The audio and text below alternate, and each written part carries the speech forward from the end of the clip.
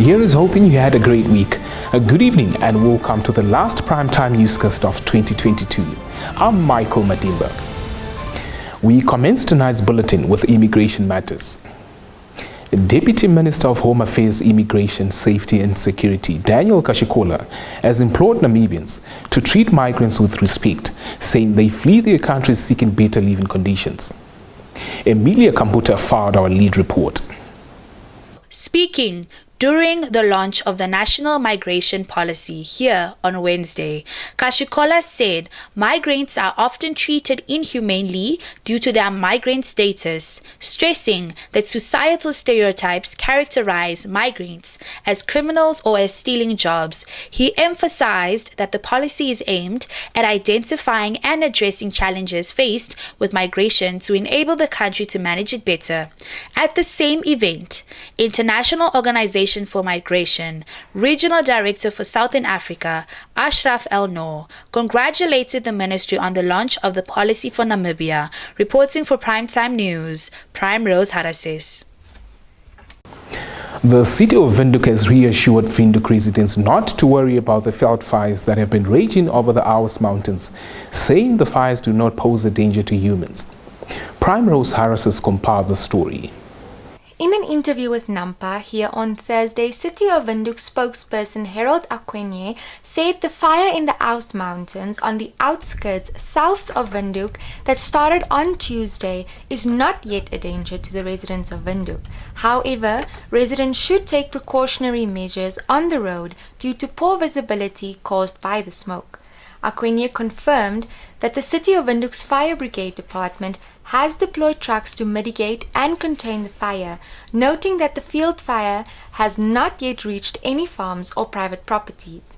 Meanwhile, the city's fire brigade station senior officer Philippus Sikongu said that during the past 3 days the department has been facing new challenges in controlling the fire due to strong changing winds, adding that the Aos Mountains are not accessible by foot. Therefore, accessing the area is a huge challenge. Sikongu said veld fires are a global phenomenon due to the climate change, adding that global warming in terms of rising temperature is the main cause. Reporting for Primetime News, Patricia Kutsia. I think I'm playing that one. On to happenings in neighboring South Africa. A former health minister Zweli Mkhize's chances of success seem remote, but is eagerly polishing his bid to beat South Africa's scandal-troubled president Cyril Ramaphosa in ANC elections next week. More from this insert. Mkhize has long been cast in the role of underdog in the race to be the president of the African National Congress Party, a job that opens the way to being head of state. Today, though, Ramaphosa's standing has been savaged by scandal, and Mkhize is making it loud and clear that if the front-runner stumbles further, he's waiting in the wings. The president says he's innocent, and no one has reason to doubt that, Mkhize said in an interview with AFP, one of a string he conducted with the media ahead of the December 16 ballots. But he said in a suave snipe at the scandal that has left South Africa agog, "I don't think it's a usual experience." The 70-year-old president's political future is in doubt over accusations that he covered up the theft of a huge amount of cash at his farm instead of reporting the matter to the police. Ramaphosa, in submissions to a 3-person investigative panel, denied any wrongdoing. Reporting for Primetime News, Prime Rose Harasis. Moving on. A UN spokesman on Thursday revealed M23 rebels killed at least 131 civilians, including 17 women and 12 children, last week in the Eastern Democratic Republic of the Congo. The details in this report. Stefan Dujarric, the chief spokesperson for the United Nations Secretary-General Antonio Guterres, said an additional 8 people were shot and wounded, 60 people were abducted, and at least 22 women and 5 girls were raped. Noting his colleagues say the victims were arbitrarily executed with bullets and with knives. Dujarric said the UN mission, known as MONUSCO, and the human rights partners confirmed the toll after a preliminary investigation into what was described as a reprisal attack November 29 to 30 against civilians in the villages of Kishish and Bambo in the Rutshuru territory of North Kiev province. He said the UN peacekeeping mission condemns in the strongest terms this unspeakable violence against civilians and calls for the unrestricted access to the scene of the events as well as to the victims to provide emergency humanitarian assistance. This is what you can expect when we return with a business segment.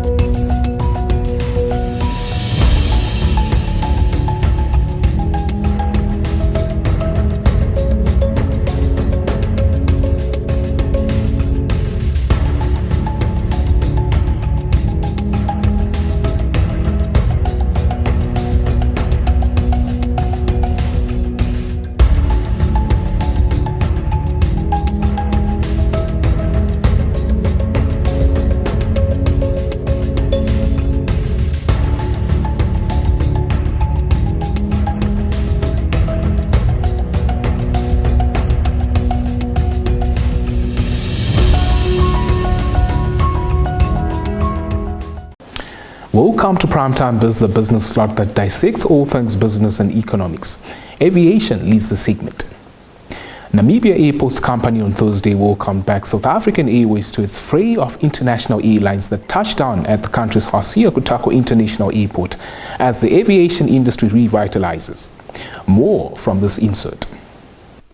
Namibia's Airports Company spokesperson Dan Kamati told Xinhua Thursday the South African Airways, which landed on Thursday, last visited Namibia in March 2019 and with its return will join other airlines calling at Hosea Kutako International Airport that include Qatar Airways, TAG Angola, Ethiopian Airlines, German's Eurowings Discover, Airlink from South Africa, and Fly Namibia Airline. Kamati said they at the Namibia Airports Company are excited with the return of South African Airways because it means more choices for visitors and travelers, noting that Qatar Airways also restarted its Windhoek Doha route earlier this year in June.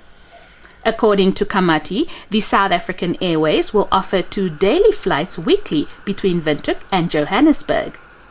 Silima Shimwefeleni Masipa reporting for Nampa News. On to the energy crisis in neighboring South Africa, which has reached worrisome levels as the country is currently on a stage 6 load shedding with about 6 hours a day cut off from electricity due to incessant breakdowns of generating units. The country's power utility Eskom said in a statement on Wednesday that stage 6 load shedding will continue to be implemented until 5 o'clock on Friday.